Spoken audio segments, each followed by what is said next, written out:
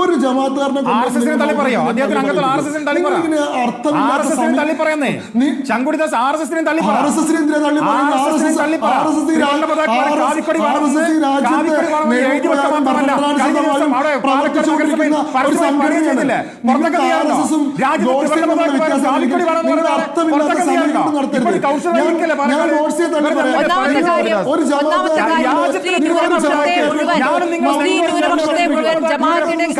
ജമാഅത്തിന്റെ കീഴിൽ കൊണ്ട് കെട്ടിയിടാൻ പറ്റില്ല.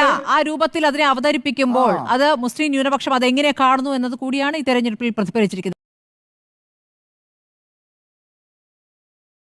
ശ്രീ ശങ്കുട്ടിദാസ്, ഇപ്പോൾ BJP വോട്ട് മറിച്ചു എന്നൊരു ആരോപണം ഇനി പറയാൻ പറ്റില്ല. കഴിഞ്ഞ തവണത്തേക്കാൾ 53 വോട്ട് കൂടുകയും ചെയ്തിരിക്കുന്നു. പക്ഷേ ഒരു ക്രൈസ്തവ സ്ഥാനാർത്ഥിയെ നിർത്തി ക്രൈസ്തവ മേഖലയിൽ നിന്നും പരമാവധി വോട്ട് പിടിക്കാം, മലയോര മേഖല ഒക്കെ ഉള്ള പ്രദേശമായതുകൊണ്ട് അത് സാധിക്കും എന്നുള്ള പ്രതീക്ഷ അസ്ഥാനത്തായില്ലേ?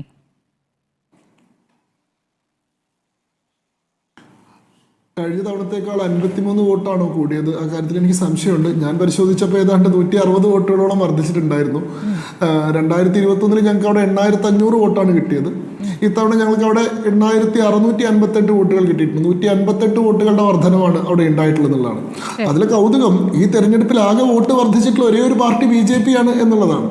അവിടെ ജയിച്ചു എന്ന് പറയുമ്പോഴും UDF അവിടെ 1000 വോട്ടുകൾ കുറയുകയാണ് ചെയ്തിട്ടുള്ളത്. LDFനെ സംബന്ധിച്ചിടത്തോളം വലിയ പരാജയമാണ് അവിടെ നേരിടേണ്ടി വന്നിട്ടുള്ളത്. 14500 വോട്ടുകളോളം അവർക്ക് നഷ്ടപ്പെടുന്ന സാഹചര്യം ഉണ്ടായി. അപ്പോൾ രണ്ട് മുന്നണികളെ സംബന്ധിച്ചിടത്തോളം വോട്ട് കുറയാണ് ചെയ്തിട്ടില്ലെങ്കിൽ BJP മാത്രം അവരുടെ ഫോർട്ട് കാത്തു എന്ന് മാത്രമല്ല വോട്ടുകൾ വർദ്ധിപ്പിക്കുകയും ചെയ്തു. ആനുപാതികമായിട്ടുള്ള വോട്ടുകൾ വർദ്ധിപ്പിച്ചു. കാരണം ഞങ്ങൾക്ക് 5% വോട്ടാണ് അവിടെ ഉള്ളത്. 3000 പുതിയ വോട്ടർമാരാണ് ഉണ്ടായിട്ടുള്ളത്. അങ്ങനെ വന്നു കഴിഞ്ഞാൽ 5% എന്ന് പറയുന്നത് 150 ഞങ്ങൾക്ക് ആനുപാതികമായിട്ടുള്ള വർധനം ഉണ്ടായിട്ടുണ്ട്. അതുകൊണ്ട് ഞങ്ങളുടെ ഭാഗത്തിൽ നിന്ന് ഈ തരത്തിലുള്ള ആരോപണങ്ങൾക്കൊന്നും യാതൊരു പഴുതുമില്ല. ഈ ചർച്ചയിൽ തന്നെ പറഞ്ഞ പോലെ ഞങ്ങളുടെ സ്ഥാനാർത്ഥി അങ്ങനെ പറഞ്ഞു. അദ്ദേഹം ഒരു ദീർഘമായിട്ടുള്ള ഉത്തരം പറഞ്ഞതിൽ നിന്ന് 1 മിനിറ്റ് 21 സെക്കൻഡ് അടർത്തി എടുത്തുകൊണ്ട് അദ്ദേഹം മനസ്സിൽ പോലും സങ്കല്പിക്കാത്ത ഒരു ആരോപണം അദ്ദേഹത്തിന്റെ മേലെ കെട്ടിവെക്കുന്നൊന്നും മര്യാദയല്ല എന്നീ ഘട്ടത്തിൽ പറയാനുള്ളൂ. ഈ ഫലത്തിൽ നിന്ന് ഞാൻ മനസ്സിലാക്കുന്ന കാര്യം, ഒന്ന്, അതിശക്തമായിട്ടുള്ള ഭരണവിരുദ്ധ വികാരം ഈ സംസ്ഥാനത്ത് നിലനിൽക്കുന്നുണ്ട് എന്നുള്ളതാണ്.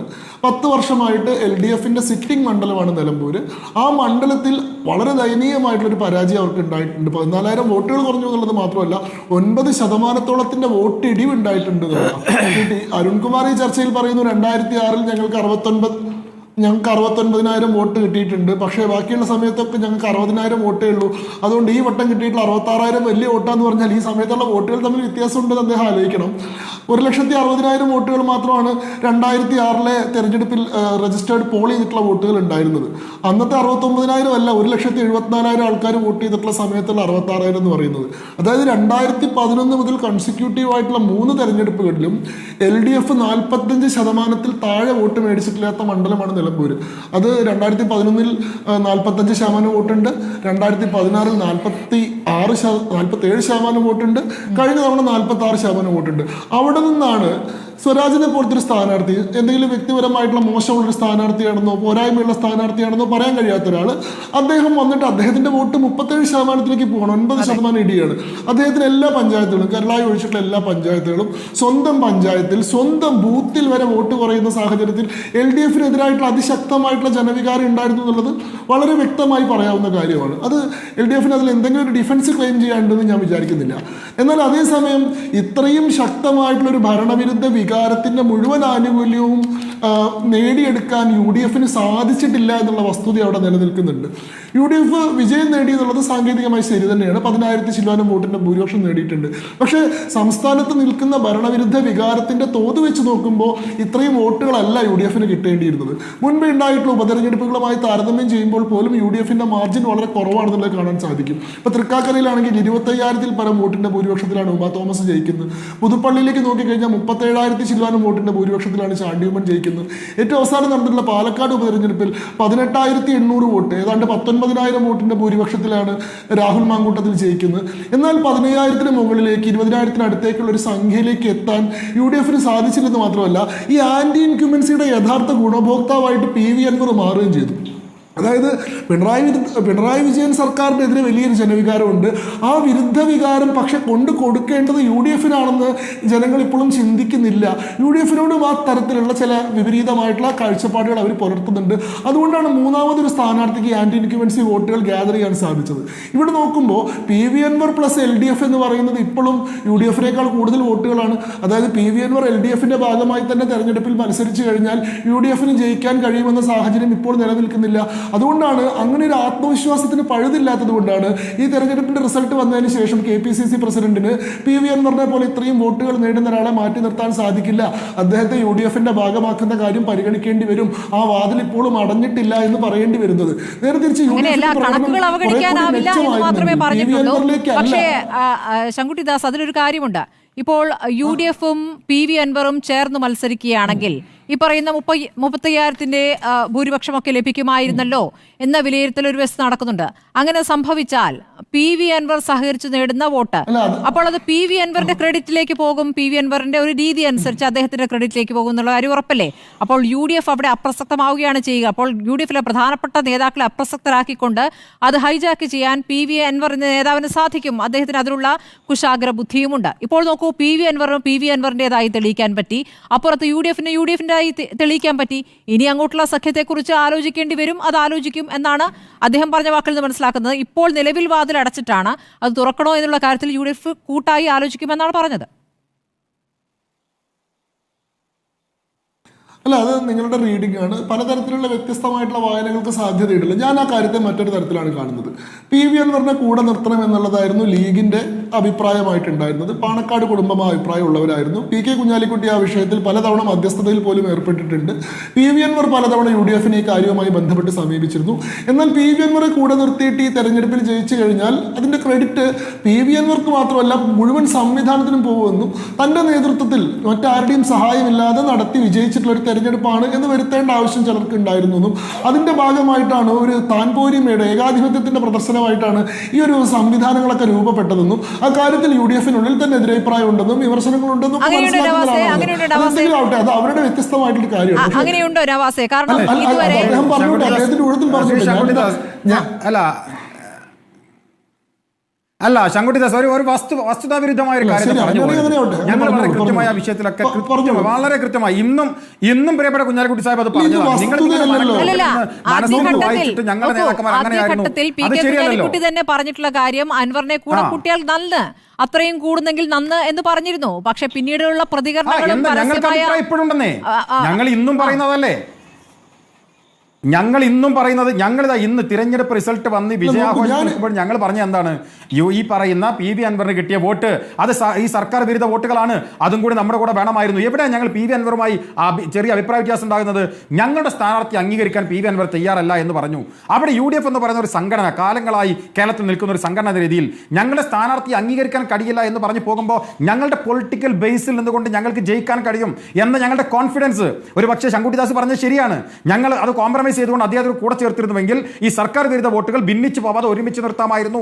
പക്ഷേ ഞങ്ങളുടെ സ്ഥാനാർത്ഥി അംഗീകരിക്കാൻ കഴിയില്ല എന്ന് പറയുമ്പോൾ അങ്ങനെ അല്ലെങ്കിലും ഞങ്ങൾക്ക് ജയിക്കാൻ കഴിയുമെന്ന ഞങ്ങളെ കോൺഫിഡൻസിന് ജനങ്ങൾ നൽകിയ അംഗീകാരമാണ് ഈ 10,000-ൽ പരം ഭൂരിപക്ഷം. അതിനെ മറ്റു രൂപത്തിൽ വായിച്ചെടുക്കുന്നത് ശരിയല്ല. പ്രത്യേകിച്ച് ഇത്ര തെളിഞ്ഞ ഒരു ചിത്രം നിൽക്കുന്ന കാലത്ത് ശങ്കുട്ടിദാസിനെ പോലെ ഒരാൾ തെളിഞ്ഞൊരു ദിവസത്തിൽ അങ്ങനെ വായിക്കുന്നത് ശരിയല്ല എന്നൊരു അഭിപ്രായം ഞാൻ പറയാണ്. ശരി, ഇനിയിപ്പോൾ എന്തായാലും അൻവറിന്റെ പാർട്ടിയുടെ നിലപാടാണല്ലോ അറിയേണ്ടത്. താങ്കൾ പൂർത്തിയാക്കിയില്ലേ? അല്ല, പറഞ്ഞു പൂർത്തിയാക്കാൻ ഇനി എന്തെങ്കിലും പോയിന്റ് ഉണ്ടെങ്കിൽ പറഞ്ഞോളൂ. ഇല്ല, ഞാൻ പൂർത്തിയാക്കിയിട്ടുണ്ടായിരുന്നില്ല. ശരി, പറയൂ. അല്ല, അതിനിടയിൽ അദ്ദേഹം ഇടപെട്ടതാണ്. ശരിയാണ്. ഇന്ന് UDF ജയിച്ചിട്ടുള്ള ദിവസമാണ്. ആ UDF-ന്റെ വിജയത്തിൽ മുസ്ലിം ലീഗിന് പ്രധാനമായിട്ടുള്ള ഒരു അവകാശവാദമുള്ള ദിവസമാണ്.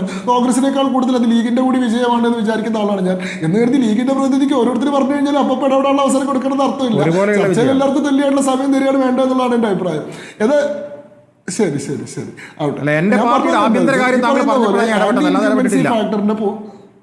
ശരി ശരി അദ്ദേഹം പൂർത്തിയാക്കട്ടെ. ഞാൻ നടത്തിയത് എൻ്റെ ഒരു വിലയിരുത്തൽ, എൻ്റെ ഒരു നിരീക്ഷണമാണ്. നമ്മൾ വസ്തുതകൾ വെച്ചുകൊണ്ട് പറയുന്ന ഫാക്ച്വൽ അനാലിസിസും ഉണ്ട്, നമ്മുടെ കാഴ്ചപ്പാടും നമ്മുടെ വിലയിരുത്തലും വെച്ച് പറയുന്ന അഭിപ്രായങ്ങളും ഉണ്ട്. എൻ്റെ അഭിപ്രായം എപ്പോഴും നിങ്ങൾക്ക് യോജിച്ചോളന്നില്ല, എന്ന് വെച്ചാൽ നിങ്ങൾക്ക് അതിൽ ഇടപെടാൻ അർത്ഥമില്ല. അത് മറ്റൊരു വിഷയം. ശരി, അങ്ങ് പറഞ്ഞ പല കാര്യത്തോട് എനിക്ക് അഭിപ്രായ വ്യത്യാസമുണ്ട്. ഉദാഹരണത്തിന് വർഗീയതയുടെ വിജയമാണെന്ന് പറയുന്നത് വലിയ എന്തോ തെറ്റായിട്ട് അങ്ങ് പറയുന്നുണ്ട്. ശരിയാണ്. മുസ്ലിം എന്താ പറയുക PDP പോലത്തെ ഒരു പാർട്ടിയെ കൂടെ കൂട്ടിയിട്ടുള്ള CPM-ന് ഒരു പക്ഷേ ഇതിൽ ജമാഅത്തെ ഇസ്ലാമിനെ കൂടെ കൂട്ടിയതിൻ്റെ വർഗീയതയെ പറ്റി പറയാനുള്ള അവകാശമില്ല നിങ്ങൾ പറഞ്ഞാൽ ശരിയാണ്. പക്ഷേ മുസ്ലിം ലീഗിന് പുറമെ ജമാഅത്തെ ഇസ്ലാമിനെ പോലെ ഹുക്കുമത്തില്ലാഹി എന്ന് പറയുന്ന മതരാഷ്ട്ര സ്ഥാപനം പ്രഖ്യാപിത ലക്ഷ്യമാക്കി വെച്ചിട്ടുള്ള ഒരു സംഘടനയുടെ പിന്തുണയോടുകൂടി മത്സരിച്ചിട്ട് ആ വിജയത്തിൽ വർഗീയ ശക്തികളുടെ ഇടപെടലുണ്ട് എന്ന് പറയുന്നത് മഹാപരാധമാണ് എന്നങ്ങ് ദയവായി പറയരുത്. 50.6%, അതായത് 51% മുസ്ലിം ഭൂരിപക്ഷമുള്ള ഒരു മണ്ഡലത്തിൽ മുസ്ലിം ലീഗും ജമാഅത്തെ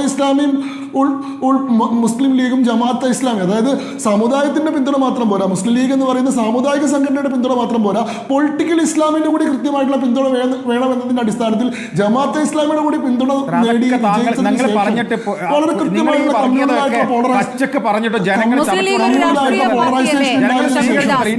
മുസ്ലിം ലീഗ് ഒരു രാഷ്ട്രീയ പാർട്ടിയല്ലേ?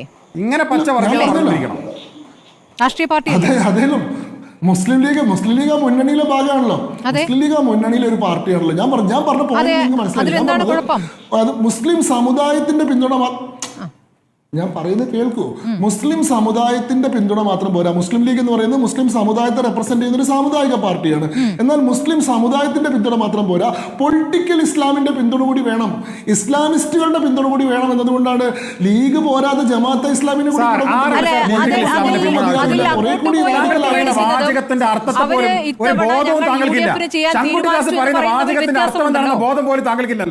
ശരി. ഞാൻ ഈ സുഗുലേക്ക് പോകുന്നു. ശ്രീ സുഗു, നോക്കൂ ഒരു മിനിറ്റ്, ഞാനൊന്ന് സുഗുലേക്ക് വാചകത്തിന്റെ അർത്ഥമൊക്കെ എനിക്ക് നന്നായിട്ട് അറിയാം, അതൊന്നും എന്നെ പഠിപ്പിക്കേണ്ട. ഒറ്റ കാര്യം ഞാൻ പറയട്ടെ, ഈ പറയുന്ന ജമാഅത്തെ ഇസ്ലാമിക്കാർ പോലും പറയുന്നില്ല മൗലാന മൗദൂദി മുന്നോട്ട് വെച്ചിട്ടുള്ള ആശയങ്ങളെ ഞങ്ങൾ തള്ളി പറയുന്നുണ്ട് എന്ന്. അവരുടെ ഈ പറയുന്ന മതരാഷ്ട്രവാദ സിദ്ധാന്തങ്ങളെ ഞങ്ങൾ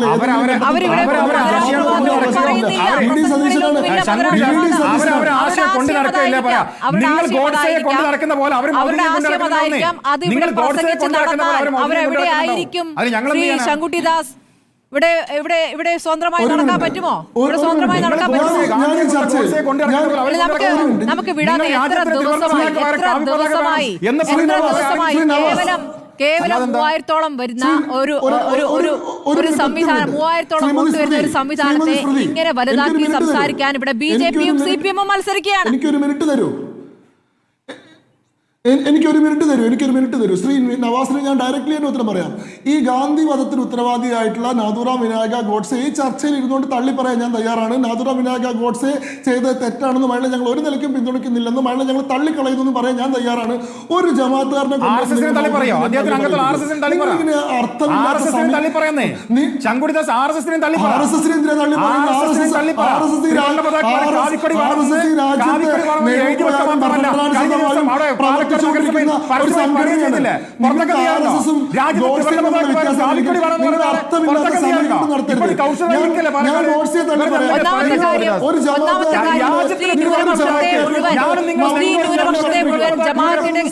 ജമാഅത്തിന്റെ കീഴിൽ കൊണ്ട് കെട്ടിയിടാൻ പറ്റില്ല.